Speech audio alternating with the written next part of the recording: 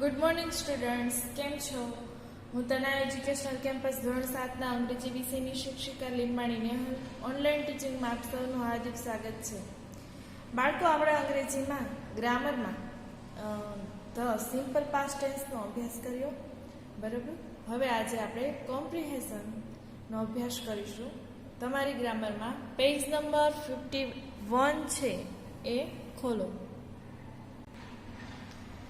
Page number 51 ઉપર comprehension, read the following poems, passages and answer the questions given below them. હવે comprehension એટલે તો કે જેમાં બાળકો આપણે સમજપૂર્વક વાંચી વિચારીને જવાબ લખવાના થાય ગોતીને, એને કોમ્પ્રિહેન્શન કહેવાય. અહીંયા પણ એવું જ છે, જુઓ કે રીડ ધ ફોલોઈંગ પોએમ્સ એટલે કે નીચેના કાવ્યો વાંચો, પેસેજીસ એટલે કે પેરેગ્રાફ વાંચો, and answer the question given below them અને નીચેના પ્રશ્નોના જવાબ લખો. હવે જો સૌથી પહેલા છે આઈ એમ અ ટેલર, હું એક દરજી છું. મેકિંગ ક્લોથીસ, કપડાં બનાવું છું અથવા તો સીવું છું. સ્ટીચ સ્ટીચ સ્ટીચ, સ્ટીચ એટલે સીવું. માય નીડલ ગોઝ, મારી સોય જાય છે. આઈ એમ અ કોબલર, કોબલર એટલે મોચી, કોબલર એટલે મોચી. મેન્ડિંગ શૂઝ, શું કરે છે?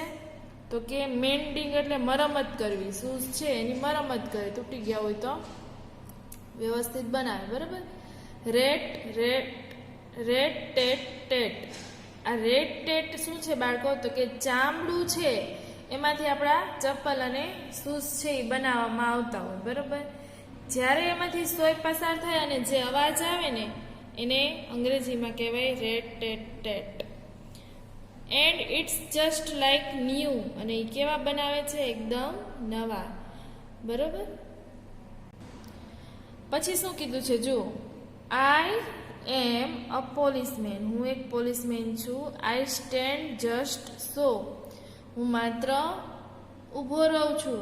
Telling cars to stop, telling cars to go. Telling એટલે કહેવા માટે, કાર્સ એટલે મોટર, ટુ સ્ટોપ એટલે ઊભું રહેવા માટે, અને ગો એટલે જવા માટે. કે હું ઊભો રહું છું અને માત્ર કાર છે એને જવા માટે અને ઊભા રહેવા માટે, થોભવા માટે કહું છું. આઈ એમ યોર ટીચર, હું તમારા શિક્ષક અથવા શિક્ષિકા છું. યુ આર માય ફ્રેન્ડ્સ, તમે મારા મિત્રો છો. બમચીક બમચીક, રેઝ યોર હેન્ડ્સ. બમચીક બમચીક, તમારો હાથ છે એ ઊંચા કરો. હવે જુઓ બાળકો, question number 1, what does a tailor make? Tailor એટલે દરજી, દરજી છે એ શું બનાવે છે? તો આપણે આનો આન્સર છે એ આમાં લખીએ. A Taylor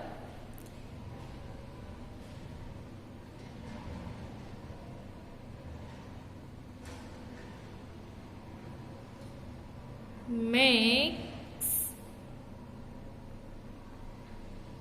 clothes.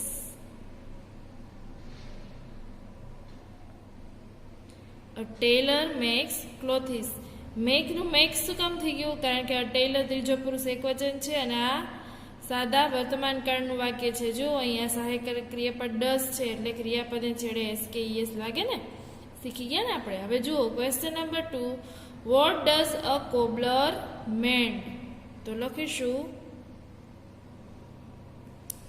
A cobbler mends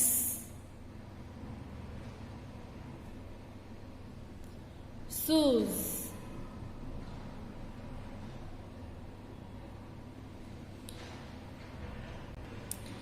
ત્યારબાદ question number 3, a policeman A makes clothes, B mends shoes, C teaches in school અને D tells car to stop and go. તો સાચો જવાબ શું આવશે બાળકો? Option number D.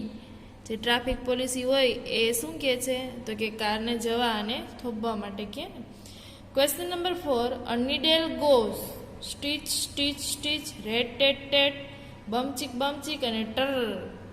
કે સોઈ જાય તો કેવો અવાજ આવે? આપણે શીખા કેવો? તો કે રેટ ટેટ ટેટ એટલે કે ચામડું ચીરે એનો અવાજ આવે ને, તો અહીંયા આવશે ઓપ્શન નંબર બી. હવે જોઈએ બાળકો question number 2. Question number 2 paragraph છે, birds animals and trees are the children of the mother earth. પક્ષીઓ, પ્રાણીઓ અને વૃક્ષો પૃથ્વીના ધરતી માતાના બાળકો છે. They are our friends too. તેઓ આપણા મિત્રો પણ છે. We can not imagine the earth without water, trees, birds and animals. આપણે ઇમેજિન એટલે ધારવું, બરાબર.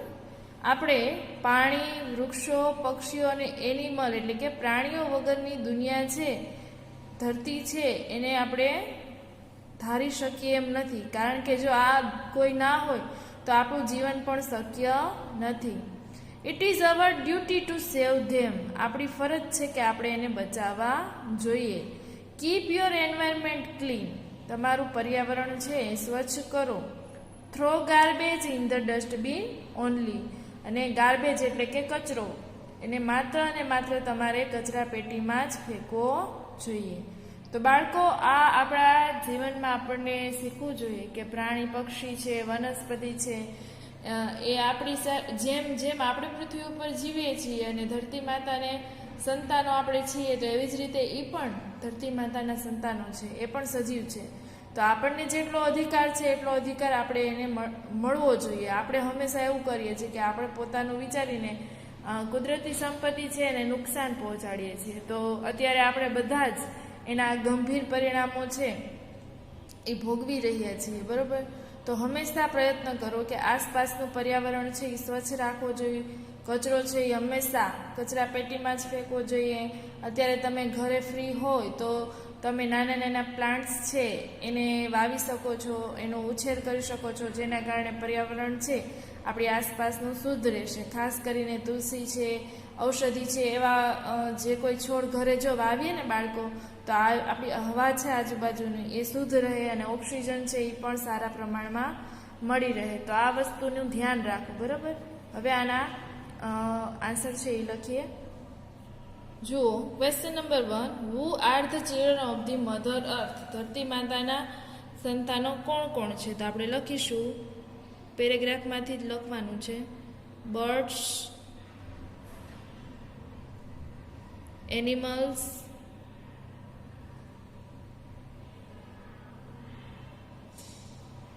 and trees are the children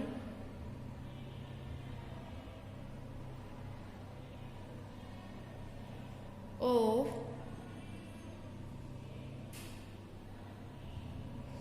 the Mother Earth.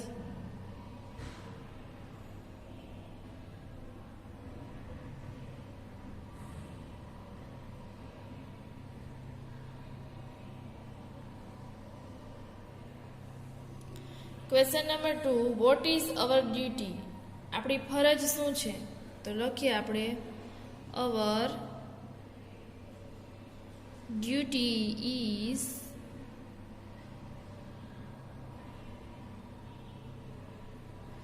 સેવ. સેવ એટલે બચાવવું. Water, birds, trees and animals.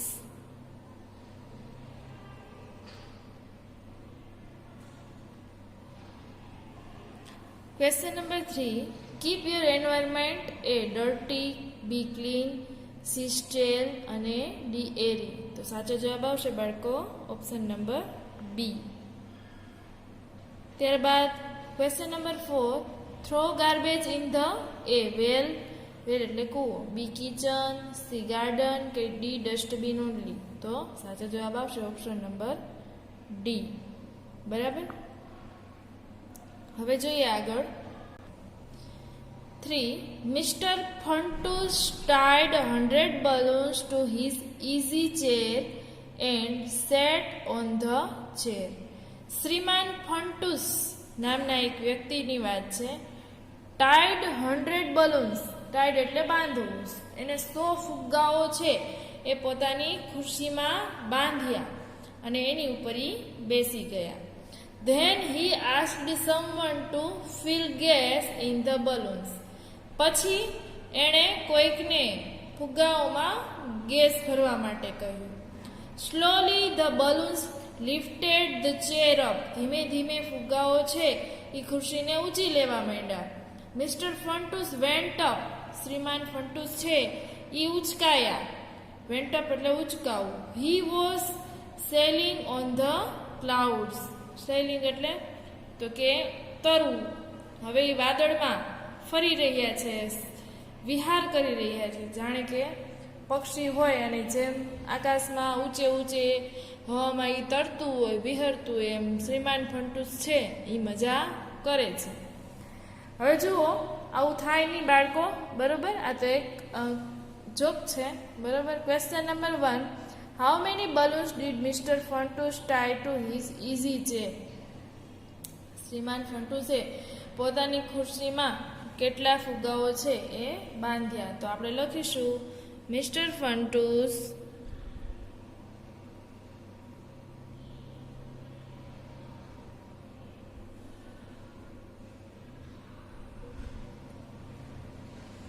tied 100 balloons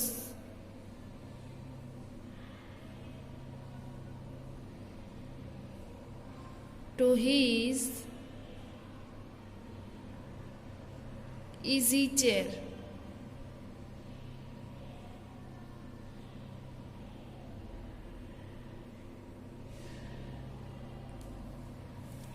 easy chair એટલે આરામદાયક ખુરશી, બરોબર? Question number 2. What did he ask someone to do? એણે કોઈકને શું કરવા કહ્યું? તો કે જે ફુગા છે એમાં હવા ભરવા કહ્યું, બરોબર? તો આપણે એને અંગ્રેજીમાં લખીએ. હી asked someone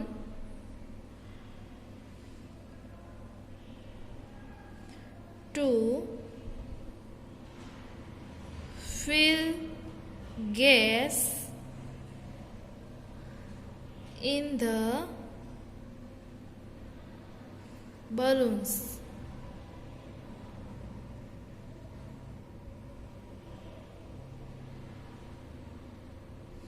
Question number 3. The balloons lifted the chair up because ફુગાઓ છે ખુરશીને ઉપર લઈ ગયા કારણ કે someone filled gas in the balloons, someone played a trick, the wind blew અને it was amazing. સાચો જવાબ શું આવશે? કે કોઈકે એમાં someone filled gas in the balloons, કોઈકે ગેસ જે બલૂનમાં ભર્યો એટલા માટે. તો option number A. Question number 4. Mr. Funtus was sailing on the A. mountains, B. seas, C. rivers અને D. clouds. એ ક્યાં વિહાર કરી રહ્યા હતા? તો કે ઓપ્શન નંબર ડી, ક્લાઉડ્સ. ત્યારબાદ 4th પેરેગ્રાફ છે. Doctor Abdul Kalam loves to work with students. Doctor Abdul Kalam છે એને બાળકો, વિદ્યાર્થીઓ સાથે કામ કરવું ગમતું. He visit schools and colleges and talks to the children. તે શાળાઓ અને કોલેજની મુલાકાત લેતા અને બાળકો સાથે વાતો કરતા. Every day he receives about 300 emails from the students. દરરોજ તેને વિદ્યાર્થીઓના કેટલા? તો કે 300 ઈમેલ્સ છે એ મળતા. He is a busy man. તે ખૂબ વ્યસ્ત માણસ હતા. But he replies to many of them. છતાં પણ તે ઘણાના જવાબ છે એ આપતા. He inspires young boys and girls to study well and make our nation great. He inspires એટલે પ્રેરિત કરવા, પ્રેરણા આપતા યુવાનોને, છોકરા છોકરીઓને કે તમે સારું જીવનમાં ભણો અને દેશ માટે કંઈક મહાન કામ કરો. હવે બાળકો, ડૉક્ટર અબ્દુલ કલામ છે એ આપણા દેશના મિસાઇલ મેન તરીકે જાણીતા છે. તે સારા એવા સાયન્ટિસ્ટ અને આપણા દેશના રાષ્ટ્રપતિ પણ રહી ચૂક્યા છે.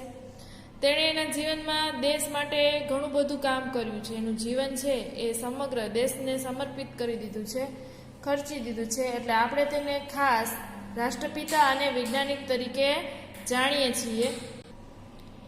અને પોતાનું જીવન છે એને સાદગીપૂર્ણ જીવા, પણ જેટલું જીવન છે એ એને જીવા ત્યાં સુધી એને સમગ્ર જીવન દેશ માટે ખર્ચી નાખ્યું. અને દેશને જે કંઈ હથિયારો છે, સાધનો છે અને જે કંઈ આપણે યુદ્ધ માટેની જરૂરી વસ્તુઓ છે એનું કામકાજ આ વૈજ્ઞાનિકે છે, ડૉક્ટર અબ્દુલ કલામે છે એ ખૂબ સારું એવું કર્યું. સાથે સાથે જ્યારે પરમાણુ પરીક્ષણ કરવામાં આવ્યું હતું ત્યારે પણ એનો ફાળો છે એ ખૂબ મોટો છે. તો દેશને સશક્ત બનાવવામાં ડૉક્ટર અબ્દુલ કલામનો ખૂબ મોટો ફાળો છે, એટલે આપણે એને ક્યારેય ભૂલવા ન જોઈએ. સાથે સાથે આવા વૈજ્ઞાનિક અને રાષ્ટ્રપતિ હોવા છતાં તેઓ વિદ્યાર્થીઓને ખૂબ ચાહતા, બાળકોને સાથે વાતો કરવી એને ગમતી, એટલા માટે એને પ્રેરિત કરતા રહેતા અને સમય મળે ત્યારે શાળાની અને કોલેજોની મુલાકાત લેતા. હવે જોઈએ question number 1, what does doctor Abdul Kalam love? તો આપણે આન્સર લખીશું બાળકો આનો. Doctor Abdul Kalam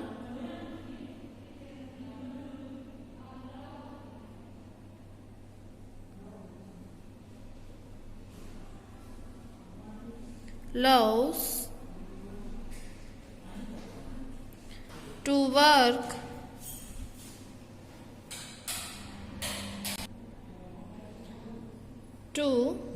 work with students.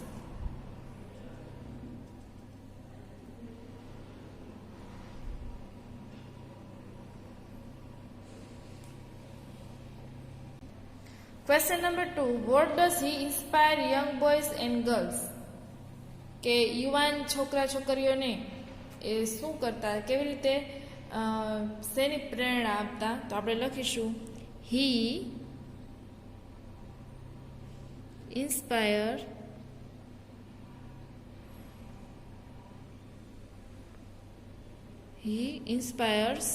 young boys and girls to study well and make our nation great. કે તમે સારું ભણો અને દેશને મહાન બનાવો. હવે જુઓ question number 3, Abdul Kalam visits A. hospitals, B. farms, C. schools and colleges અને D. his native place. તો સાચો જવાબ આવશે option number C. Question number 4, Dr. Abdul Kalam receives A. about 300 emails, about 300 postcards, about 500 emails and about 300 messages. તો સાચો જવાબ આવશે option number A. હવે 5, Sarojini is known all over the world for her command over English. Sarojini છે તે સમગ્ર દુનિયામાં, સરોજિનીબેન નાયડુ છે એ સમગ્ર દુનિયામાં અંગ્રેજી ભાષા છે એની કમાન્ડ એટલે એની ઉપરની પકડ, એના માટે જાણીતા છે. She began to write poems at a very early age. તેણે બિગન એટલે શરૂઆત કરવી, બરોબર. વેરી અર્લી એજ એટલે ઘણી નાની ઉંમરમાં એણે કવિતાઓ લખવાનું શરૂ કર્યું હતું. She wrote 3 books of poetry in English. અને એને અંગ્રેજીમાં કેટલી તો કે 3 બુક્સ છે એ લખી છે કવિતાઓની. સી રિએક્ટેડ હર પોએમ સ્વીટલી. રિએક્ટેડ એટલે તો કે ગાવું, સ્વીટલી એટલે મીઠાશથી. તે માત્ર લખતા એવું નહીં, તો કે એ કવિતા છે એ સરસ મજાના મીઠાશથી ગાતા. So Mahatma Gandhi called her the nightingale of India. એટલે મહાત્મા ગાંધી છે તેને સરોજિનીબેન નાયડુ છે એને ભારતની બુલબુલ એવું નામ આપ્યું હતું. હવે જુઓ બાળકો, question number 1, who is known all over the world અને વાય. આખા દુનિયામાં, સમગ્ર દુનિયામાં કોણ જાણીતું છે અને શા માટે? તો આપણે લખીશું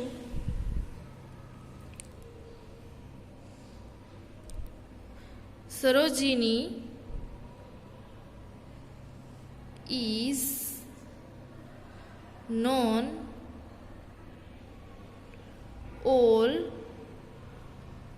over the world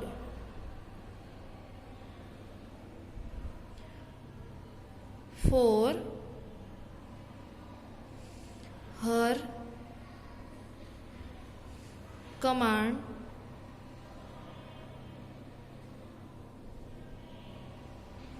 over English.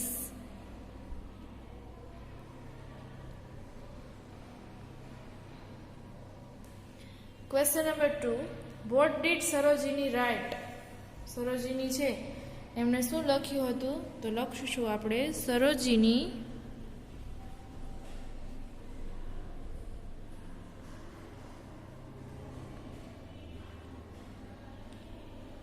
Right નું શું થઈ જશે? રોટ. 3 books of poetry in English.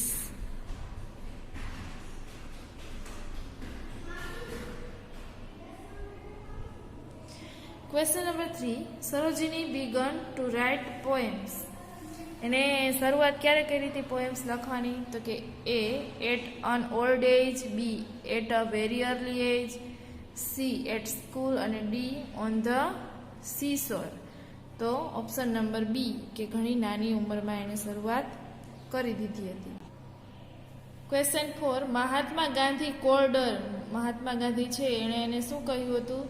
The cuckoo of India, the queen of music, the star of India કે ધ નાઇટેંગલ ઓફ ઇન્ડિયા. તો સાચો જવાબ છે ઓપ્શન નંબર ડી. એટલે તેને ભારતની શું કહેતા? બુલબુલ. બરાબર. હવે આગળ જોઈએ બાળકો, તમારી ગ્રામરની બુકમાં પેજ નંબર 54 ઉપર પિક્ચર ડિસ્ક્રિપ્શન આપેલું છે, જેમાં ચિત્ર હશે, ઉપર એના વર્ડ્સ હશે અને નીચે પેરેગ્રાફમાં આપણે યોગ્ય જગ્યાએ યોગ્ય શબ્દ મૂકવાનો છે અને પેરેગ્રાફ છે એ પૂર્ણ કરવાનો છે. જો કૌંસમાં આપેલા શબ્દોનો ઉપયોગ કરીને ચિત્રનું વર્ણન કરતો પરિચ્છેદ પૂર્ણ કરો. સૌથી પહેલો ઓપ્શન છે વોશિંગ ક્લોથિસ, કે કપડાઓ ધોઈ રહ્યા છે. બનિયન ટ્રી, બનિયન ટ્રી એટલે વડનું ઝાડ. સ્વિમિંગ એટલે નાહવું, બરાબર, નાહી રહ્યા છે. ટેમ્પલ એટલે મંદિર અને રિવર બેંક એટલે નદી કિનારો. બરાબર, ચિત્ર જોઈ લ્યો બાળકો. હવે આપણે આના આન્સર લખીશું. ધીસ ઇઝ અ ખાલી જગ્યા. તો આપણે શું લખીશું સૌથી પહેલું? તો કે રિવર બેંક. શું છે? તો કે નદી કિનારો. બરાબર. 2 boys are in the river. 2 છોકરાઓ નદીમાં શું કરે છે? સ્વિમિંગ. બરાબર, તો લખીશું આપણે swimming.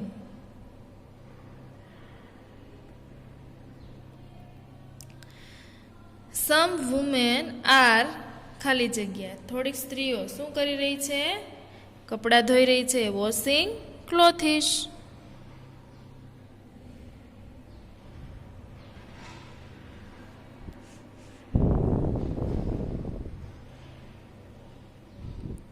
There is a big ખાલી જગ્યા નિયર ધ રિવર. નદી પાસે શું છે મોટું? તો કે વડનું ઝાડ, એને કહેવાય બનિયન ટ્રી.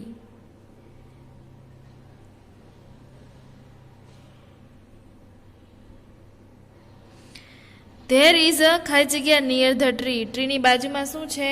તો કે ટેમ્પલ, મંદિર છે ને.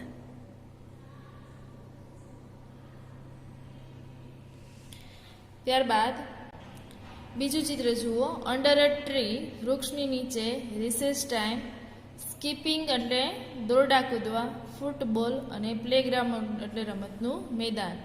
ચિત્ર જોઈ લો બાળકો. સ્કૂલ છે, રિસેસનો સમય છે, છોકરીઓ છે એ વૃક્ષની નીચે નાસ્તો કરે છે, બરાબર. અને અમુક છોકરીઓ છે, 2 છોકરીઓ દોરડા કૂદે છે. ત્યારબાદ છોકરાઓ છે એ ફૂટબોલ રમી રહ્યા છે. તો હવે આપણે આગળ આન્સર લખીએ. ધીસ ઇઝ શું આવશે? તો કે રિસેસ ટાઈમ. આ રિસેસનો સમય, સોરી RECESS લખજો. આ રિસેસનો સમય છે. ચિલ્ડ્રન આર ઓન ધ ખાલી જગ્યા. બાળકો ક્યાં છે? તો કે પ્લેગ્રાઉન્ડ, રમતના મેદાનમાં છે ને.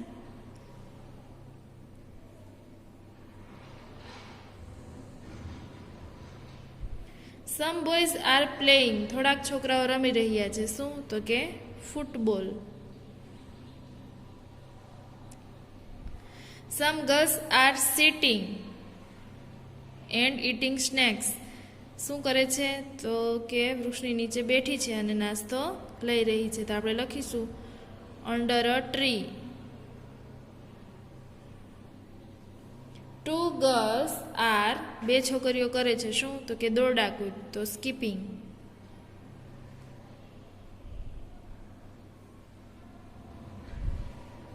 હવે 3, table, chair, benches, clock, blackboard અને ક્લાસરૂમ. આટલા ઓપ્શન છે. અને વર્ગખંડનું ચિત્ર છે. જુઓ, શિક્ષિકા છે, બરાબર, એ બ્લેકબોર્ડ છે એની આગળ ઊભા છે. વિદ્યાર્થીઓ છે બેન્ચીસ ઉપર બેઠા છે. પછી દિવાલ ઉપર ઘડિયાળ છે અને ટેબલ છે, ખુરશી છે. હવે આના આધારે આપણે આન્સર લખીએ.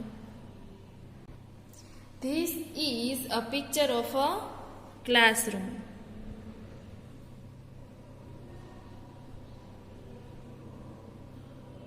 The teacher is standing near the, ક્યાં ઊભા છે? તો કે બ્લેકબોર્ડ, બ્લેકબોર્ડની બાજુમાં.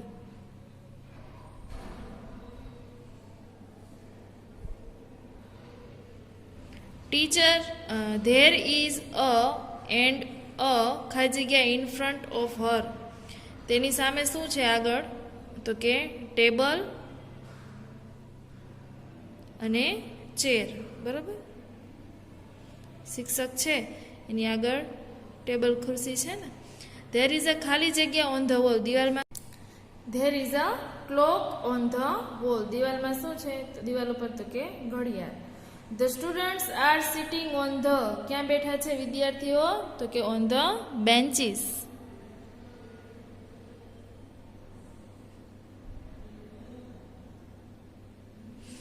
હવે ત્યારબાદ 4th જુઓ. ગેસ્ટ એટલે કે મહેમાનો, મેરેજ એટલે લગ્ન, લાઇટ્સ એન્ડ ફ્લાવર્સ, રોશની અને ફૂલો, બેન્ડ, બરાબર, એ તો તમને ખબર જ છે, સ્ટેજ, આ બધી વસ્તુઓ છે. હવે જોઈને આપણને ખ્યાલ આવે કે આ ક્યાંક લગ્ન સમારંભ ચાલતા હોય એવું ચિત્ર છે, બરાબર. માણસો છે એ જમી રહ્યા છે, અમુક માણસો છે એ લગ્નમાં હાજરી આપે છે, મહેમાનો, બરાબર. અને લાઇટ અને ફ્લાવરથી આખું ડેકોરેશન કરેલું છે, બેન્ડ છે, ત્યાં વાગે છે, સોંગ ગવાય છે, સ્ટેજ છે, બરાબર. તો આન્સર લખીએ. This is a picture of a ખાલી જગ્યા સેરેમની. તો શું આવશે બાળકો? યાદ કરો, marriage.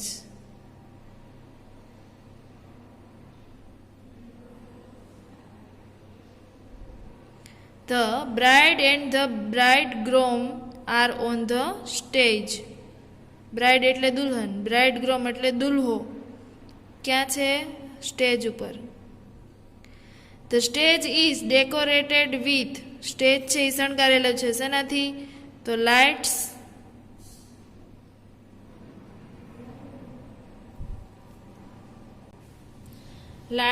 And flowers.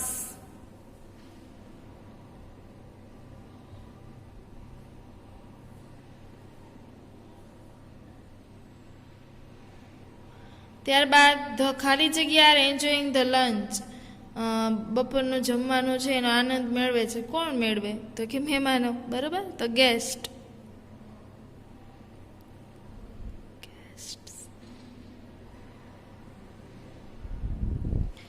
Some guests are enjoying the music played by the, કોનાથી મ્યુઝિક છે એ કોના દ્વારા વગાડાય છે? તો કે બેન્ડ. એનો આનંદ લઈ રહ્યા છે. હવે બાળકો, અહીંયા પણ આ ચોથું પિક્ચર ડિસ્ક્રિપ્શન છે એ કમ્પ્લીટ થઈ છે. બધા આન્સર વ્યવસ્થિત લખજો, પાકા કરજો. બરાબર, સ્ટે હોમ, સ્ટે સેફ. જય મામાદેવ.